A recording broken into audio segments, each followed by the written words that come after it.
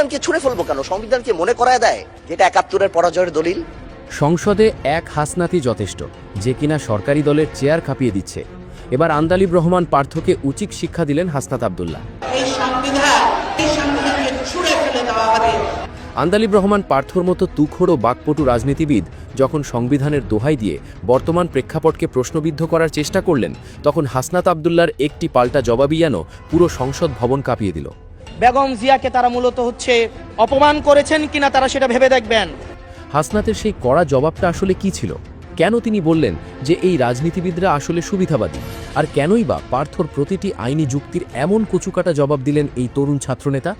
সংসদে দাঁড়িয়ে আন্দালিব রহমান পার্থ বেশ গুছিয়েই একটা অভিযোগ তুললেন। তার কথা হলো, যারা সংবিধান ছুঁড়ে ফেলার কথা বলে তারা নাকি স্বাধীনতা বিরোধীদের সাথে হাত মিলিয়েছে। কথাটার ওজন কম নয়, রীতিমতো একটা ট্যাগ লাগিয়ে দেওয়া। কিন্তু হাসনাত যখন সুযোগ পেলেন, তিনি সোজা চলে গেলেন ইতিহাসের পাতায়। তিনি মনে করিয়ে দিলেন বিএনপির চেয়ারপারসন বেগম জিয়ার কথা। বেগম জিয়া নিজেই তো বলেছিলেন, যেদিন জনগণের সরকার প্রতিষ্ঠিত হবে, যেদিন এই সংসদ জনগণের সরকারের কাছে যাবে, সেদিন এই সংবিধান ছুঁড়ে ফেলা হবে। হাসনাত প্রশ্ন ছুড়ে দিলেন, সেদিন তো এই কথার জন্য ট্রেজারি বেঞ্চের মন্ত্রীরা টেবিল চাপড়ে সমর্থন জানিয়েছিলেন, তাহলে আজ কেন সুর পাল্টে গেল? যারা সারা জীবন বেগম জিয়ার সাথে রাজনীতি করেছেন, তারা আজ সংবিধান ছুঁড়ে ফেলার কথায় স্বাধীনতা বিরোধীদের গন্ধ পাচ্ছেন কেন? এই একটা কথাতেই যেন বিরোধীদের পুরো তাসের ঘর এলোমেলো হয়ে গেল। হাসনাত চোখে আঙুল দিয়ে দেখিয়ে দিলেন রাজনীতিতে নিজেদের সুবিধা মতো কীভাবে বয়ান পাল্টানো হয়। হাসনাত এরপর ঢুকলেন আইনের মারপ্যাচে। পার্থর মতো একজন পোড় খাওয়া আইনজীবীকে আইনের ভাষায় জবাব দেওয়াটা খুব একটা সহজ কাজ নয়। হাসনাত তুলে আনলেন ডকট্রিন অফ নেসেসিটি বা প্রয়োজনীয়তার মতবাদের কথা। তিনি সাফ জানিয়ে দিলেন, বর্তমান সংবিধানের ৭ ক এবং ৭ খ অনুচ্ছেদ অনুযায়ী তো কোনো পরিবর্তনই করা সম্ভব নয়। তাহলে এই অভ্যুত্থানের পর কিভাবে পুরনো নিয়মে দেশ চলবে? সংবিধানের দোহাই দিয়ে যদি সবকিছু আটকে রাখা হয়, তবে কি বিগত স্বৈরাচারী সরকারের বৈধতাই বারবার প্রমাণ করা হয় না? হাসনাতের যুক্তি একদম পরিষ্কার। বিপ্লব বা গণ অভ্যুত্থান কখনো পুরনো সংবিধানের পাতা মেনে হয় না। বিপ্লবের পর যদি আবার সেই পুরনো আইনি কাঠামোর ভেতরেই ঢুকতে হয়, তবে আর পরিবর্তনটা হলো কোথায়? হাসনাত শুধু আইনি কথা বলেই থেমে থাকেননি, তিনি এমন কিছু রূঢ় সত্য সবার মুখের উপর বলে দিয়েছেন যা শুনলে আপনিও অবাক হবেন। কেননা এরপর হাসনাত যে কথাটা বললেন সেটা ছিল রীতিমতো চাবুকের মতো।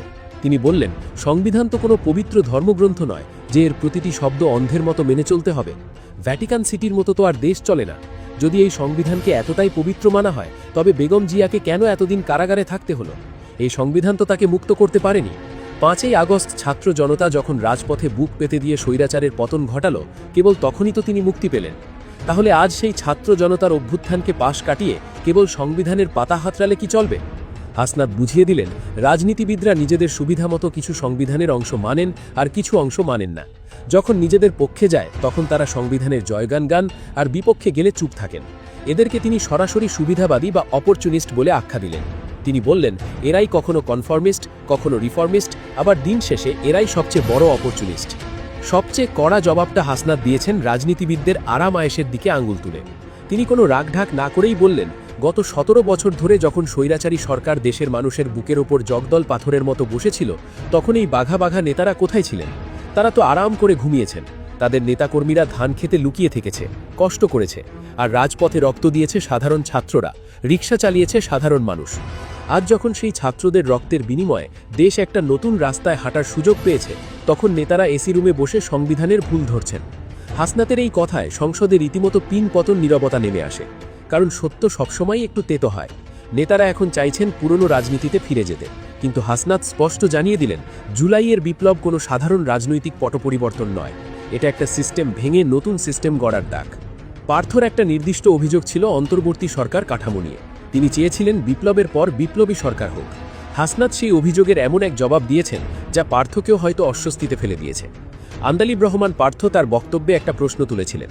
তার কথা ছিল, বিপ্লব যদি হয়েই থাকে, তবে কেন বিপ্লবী সরকার গঠন করা হলো না? কেন একটা ট্রানজিশনাল বা অন্তর্বর্তী সরকার করা হলো? কেন পুরনো সংবিধানের কাঠামোতেই শপথ নেওয়া হলো?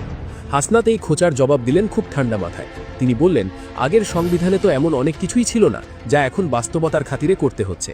পার্থ অভিযোগ করেছিলেন সংবিধান সংস্কার পরিষদের গঠন নিয়ে।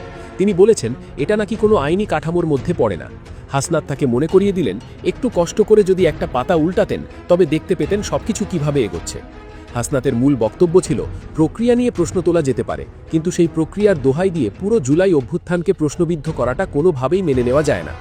বিপ্লবের পর একটা দেশকে খাদের কিনারা থেকে টেনে তুলতে গেলে কিছু জায়গায় আপোষ করতে হয়, কিন্তু তার মানে এই নয় যে বিপ্লবের মূল চেতনাটাই হারিয়ে গেছে। পার্থর আরেকটা বড় অভিযোগ গণভোটের অপশন নিয়ে। তিনি বলেছেন, ব্যালটে কেন শুধু হ্যাঁ বা না অপশন রাখা হলো? যদি কেউ পুরো বিষয়টাকেই বাতিল করতে চায়, সেটার কোনো সুযোগ কেন দেওয়া হলো না? হাসনাত উল্টো পার্থকে আটকালেন। তিনি বললেন, যখন আপনারা বছরের পর বছর ধরে নানা ইস্যুতে রাজনীতি করেছেন, তখন কি সবকিছু আপনাদের মন মতো ছিল? আজ যখন দেশের মানুষ একটা নতুন কাঠামো দাঁড় করানোর চেষ্টা করছে, তখন আপনারা ছোটখাটো আইনি ফাঁকফোকর ধরে পুরো সিস্টেমকে আটকে দিতে চাইছেন। হাসনাতের ভাষায়, এই রাজনীতিবিদরা আসলে জুলাইয়ের স্পিরিট বা মূল চেতনাকেই ধারণ করতে ব্যর্থ হচ্ছেন। তারা শুধু চাইছেন যে কোনো উপায়ে পুরনো কায়দায় ক্ষমতায় যাওয়ার পথটা পরিষ্কার করতে। পুরো আলোচনার একটা বড় অংশ জুড়ে ছিল তরুণ প্রজন্মের অধিকার আদায়ের বিষয়টি। হাসনাত অত্যন্ত শক্ত ভাষায় প্রবীণ নেতাদের সতর্ক করে দিয়েছেন। তিনি বলেন, যারা মনে করছেন পুরনো কায়দায় রাজনীতি করে এই তরুণদের আবার দাবিয়ে রাখা যাবে, তারা বোকার স্বর্গে বাস করছেন।